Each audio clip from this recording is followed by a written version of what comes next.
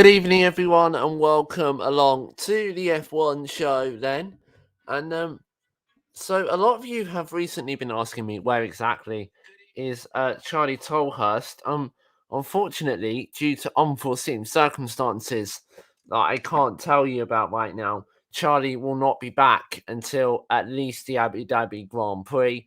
I'm sure he will explain more as to why he can't come when he is back, but he cannot be back until the Abu Dhabi Grand Prix. That's for the F1 show and the Saudi Arabian Grand Prix. So we know Charlie Tolhurst for that time, but I'm sure he will be back for the Abu Dhabi Grand Prix when he is feeling ready to come back. Of course, to the live streams, I don't pressure people to come on. I never would do. I ask them if they want to. If they don't want to, then they don't have to at this moment in time, due to other reasons that I can't tell you about. I know about, you won't know about, you will never know about. So there's no point even coming to Instagram to question me on that. You won't know. Charlie can't be back until at least the Abu Dhabi Grand Prix, the final race of the season.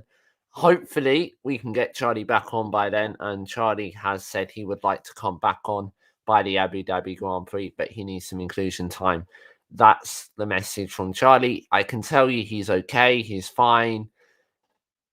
He's physically fine, and he will be back. And it's up to him exactly whether he wants to tell you why he's been off, why he will be off air for a couple of weeks. That's entirely up to him. I'm pretty sure he won't, but if he does, then you'll be lucky if you want to know. But anyway, we're not here to talk about that. We're here to talk about F1 and the Qatar Grand Prix at the Sao. Would I want to go back to the Sao? I'm not sure. I thought it was an alright race. I think it was more of a strategical race, though, more than it was like an on-track battle, if you know what I mean. Like, I think that Max penalty kind of ruined it. It was a penalty, you can't deny that. It was a penalty. But yeah, like I think it did kind of take away the race. Obviously, Max got a fantastic start. But it did had he have not started so far back, would he have got a fantastic start and been up against Lewis Hamilton? You don't know, do you? That there is many like confrontations to that. There obviously was a green light that was in the pit lane, so it doesn't apply to the racetrack. There's multiple different arguments for that penalty, and obviously, why was it only a 5 place and not a 3 place, which is what Valtteri Bottas got? My assumption was to be that for Max Verstappen's, it was a double wave yellow, but for Valtteri Bottas, it was a single wave yellow. That was why I would say it was a 5 place and not a 3 place. I ultimately would say that's the correct decision. I'm sure Max Verstappen fans would disagree with me. Lewis Hamilton fans would certainly agree with me. As you know, I'm neutral in F1. I support all the drivers equally. So, coming from a neutral fan's point of view, that was a penalty. I think there has been a few occasions this season where Max should have got a penalty and didn't. And I think maybe the same for Lewis as well. He should have had a harsher penalty, maybe at Silverstone for sure, definitely. Should have been a stop go, but he got a time penalty. So maybe in the grand scheme of things do weigh up in that situation. Max has had more penalties on Lewis for like track. Lewis has had more engine penalties. We exclude engine penalties. Max has had more penalties 2-1. And I think Max also might have got some points on his license for that maneuver as well. Double wave yellows, it is a no-no. There was clearly a car on the right-hand side of the track, that being Pierre Gasly's AlphaTauri, stranded, and Max clearly did not make an attempt to brake or lift off. He went flat out through the double wave yellows, which unfortunately nowadays you are going to get a reprimand for that. So then what happened in the race? Lewis obviously got pole. Max was second. That meant Max started 7th. Valtteri Bottas was start 6th. Carlos Sainz, I don't really know why, kept his position on the grid. You ask me that. Why did Carlos Sainz keep his position on the grid? Clearly, the FIA think he did make an attempt to slow down, even though he did improve on his lap time. So maybe actually, he would have improved on his lap time, actually, wasn't it? Because it was his first lap in qualifying. So maybe the FIA looked at the mini sectors and they did think he slowed down enough. We don't get access to that, so we don't know. From what I'm going on and from what I've heard, he was slow in the mini sectors. If he was, then it shouldn't be a penalty, should it? Because he did make an attempt to lift off. If he didn't make an attempt to lift off, which I've also heard rumours about, then he shouldn't. Then he should get a penalty, shouldn't he? Yeah. But should we believe rumours? No, of course we shouldn't. Should we ever believe rumours? In some circumstances, I think maybe rumours are the truth. Some rumours are true. Not many of them. Especially in F1, there are some rumours that then turn out to be true, like Valtteri Bottas going to Alfa Romeo and George Russell going to Mercedes. They were rumours; they come out to be true now. So, yeah, they escalate, don't they? They get bigger and bigger and bigger and bigger and bigger and bigger and bigger. So I'm just going to try and see if I can get the finishing order up for the Qatar Grand Prix. Have a look. Can I get up? Oh yeah, I can. So obviously Lewis Hamilton came first from Max Verstappen in second. What a really good drive that was. Fernando Alonso once again, outstanding effort, brilliant effort. Sergio Perez was fourth. He came back from Q2. That was another very good effort from him. Esteban Ocon came fifth. He rounded out a very good result for the Alpine team. Lance Stroll was sixth in his Aston Martin. Once again, a superb result. The seventh was Carlos Sainz. So 6 points for him. Eighth was the other Ferrari, Charles Leclerc. Ninth was Lando Norris. Actually, a good drive from Lando, even though McLaren have been struggling recently. And 10th, it was Sebastian Vettel in the Aston Martin. Another double point scoring for the Aston Martin team. So they are picking up some decent points now. And Pierre Gasly, who started second, unfortunately, finished 11th. So not a good afternoon for Pierre at all. I think the strategy just got a bit messed up there, didn't it? Daniel Ricciardo came home in 12th. Once again, not a great afternoon for McLaren. Yuki Tsunoda was 13th. He had a torrid qualifying, didn't he? 14th, Kimi Raikkonen. 15th, Antonio Giovinazzi, who's leaving F1 next year. 16th, Mick Schumacher. 17th, George Russell. 18th, Nikita Mazepin. 19th, Nicholas Latifi. Well, he didn't finish. And 20th, Valtteri Bottas, who also did not finish.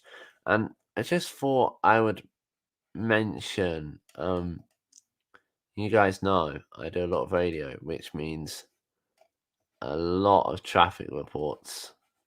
So I think it's good now. The M25 was closed earlier, but I think now it has all reopened. Yes, it has. So for you guys, that's good.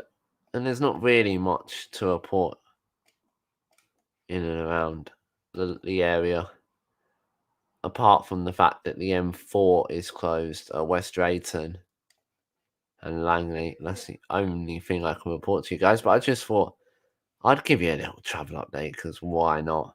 In Basildon, there's quite a lot of roadworks going around.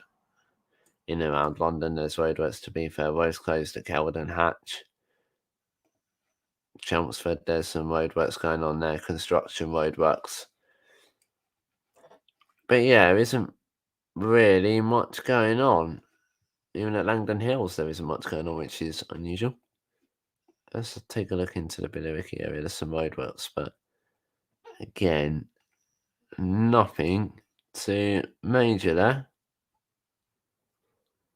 But yeah, I just thought I'd check that to you because the traffic was pretty horrendous earlier, so I thought I'd kill a few minutes of the show.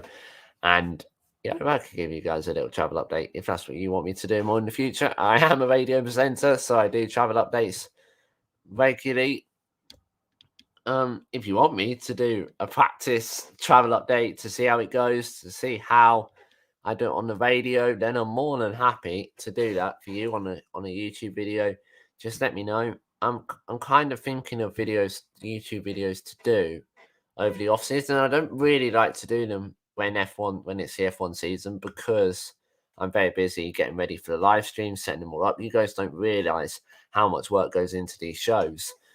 So yeah, I try to dedicate all of my or most of my spare time for you guys to watch the streams, to make sure they all run properly. And we're coming up to, what is it, the final double header. I think I've got like 6 shows, 8 shows, if you include my radio shows, in 2 weeks. That's right. It might be 6 shows in 2 weeks. Yeah, 6 shows in 2 weeks, 7 shows if you include this one in 3 weeks. So that is a lot of shows to be doing. Obviously, every show requires planning, and that's why I thought I'd kind of kill this show a bit. This one here. So that's why I'm just like, there isn't really much going on in the F1 world, so I'm just kind of having a conversation with you guys and, you know, giving you a bit of like an update, I guess, on what's going on. But anyway, we're going back to F1 for a minute. Antonio Giovinazzi, he's left Alfa Romeo. That was announced on Friday. It was also announced that Guan Yu Zhou will be the first Chinese driver to take part in Formula One next season. Fortunately for him, we're not going to the Chinese Grand Prix next year due to other issues with COVID, human rights, and all the rest of it. So,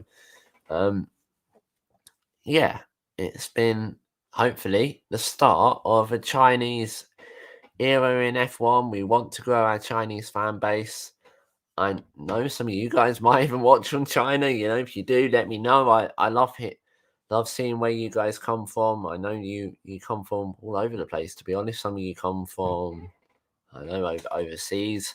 A lot of you come from where I come from, which is London. So, you know, if you see me in and around London on the streets, say hello. I'm more than happy for you guys to do that. I do get pulled over a bit. It's quite nice when you guys get to meet you guys. The other day from a radio show, I got pulled over, and it's lovely, isn't it? It's so nice when you get complimented for what you do as a living, you know, and you realise your hard work is kind of paying off, you know, if your listeners are enjoying. So, or your viewers on YouTube, as it is, I get more because of radio than I do YouTube. I will admit that. So YouTube, can you go up your game a bit? Come on, make it competitive between the radio listeners and the YouTube listeners. I know quite a lot of you listen to my radio show as well, Saturday 11 till 12. Not this Saturday though, because I'm at football, so there will be no F1 show this weekend. That'll be Arsenal. Oh wait, this side. Yeah, that's it. I'll be Arsenal. More lost 2. More beat Tottenham 2-1 a minute ago. So we're on the upbeat at the moment. But yeah. Anyway, away from F1, are any of you watching I'm the Celebrity Get Me Outfit? What do you think of the series? You know, Richard Madeley has left camp today. Sorry if I've just spoiled that all for you. But yeah, if you are watching, if you are slightly behind the I'm a Celebrity series, I suggest you fast forward if you're watching it back, or you pause the video now if you're watching it live. But yeah,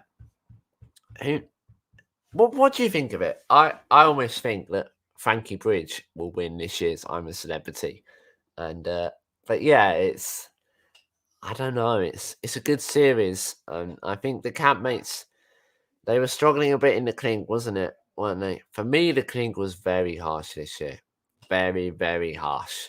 You know, we used to have, what was it, Snake Rock, a main camp in Australia. That was bad, but the clink was terrible this year. It really was. Those campmates must have really, really suffered. The reason why I'm talking about other stuff, I don't really know what to talk about in F1 this week. There isn't really much. I suppose I could let's talk about the wings for a minute.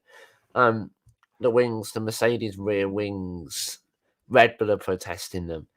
Toto Wolff says the spicy equipment will be out in Saudi Arabia. What will that spicy equipment be? I want to see sooner. So do many of you guys. I assume it will be the Brazil engine. If it is, then Red Bull might as well sell for second, because that Brazil engine was rapid. I don't know whether they used the same engine in Qatar. They might have used an older engine. It's possible. But they were still incredibly quick. I'm sure if they did use the same engine, they weren't running it at the same engine setting, because obviously Red Bull were quite a long way behind them in the end. 33 seconds. Max had a free pit stop. I don't think he was ever going to win that race, logistically. If Lewis led into turn 1, that was Lewis's race to lose. And he didn't lose it, did he? Because he's Lewis Hamilton. He very rarely makes mistakes. Obviously, I've probably just jinxed that in Saudi Arabia, probably going to put it in the wall. It is a street track. That is very, very, very easy to do. Are you looking forward to Saudi Arabia? I am. I certainly am. I think you have to put the other issues aside and you have to enjoy the racing. We're going racing in Saudi Arabia. We can't change it. Let's at least enjoy the race. Anyway, I'm going to see you next week for the F1 show. Sorry, it's been a slightly shorter one tonight. There's literally not much going on in the F1 world. Towards the end of the season, who will be world champion? We'll find out in the final part of the season, which gets underway next week. F1 show, all of the build up to the Saudi Arabian Grand Prix. Then we'll be live Sunday, the 5th of December, 4:55 for the Saudi Arabian Grand Prix. We'll see you then. Bye bye.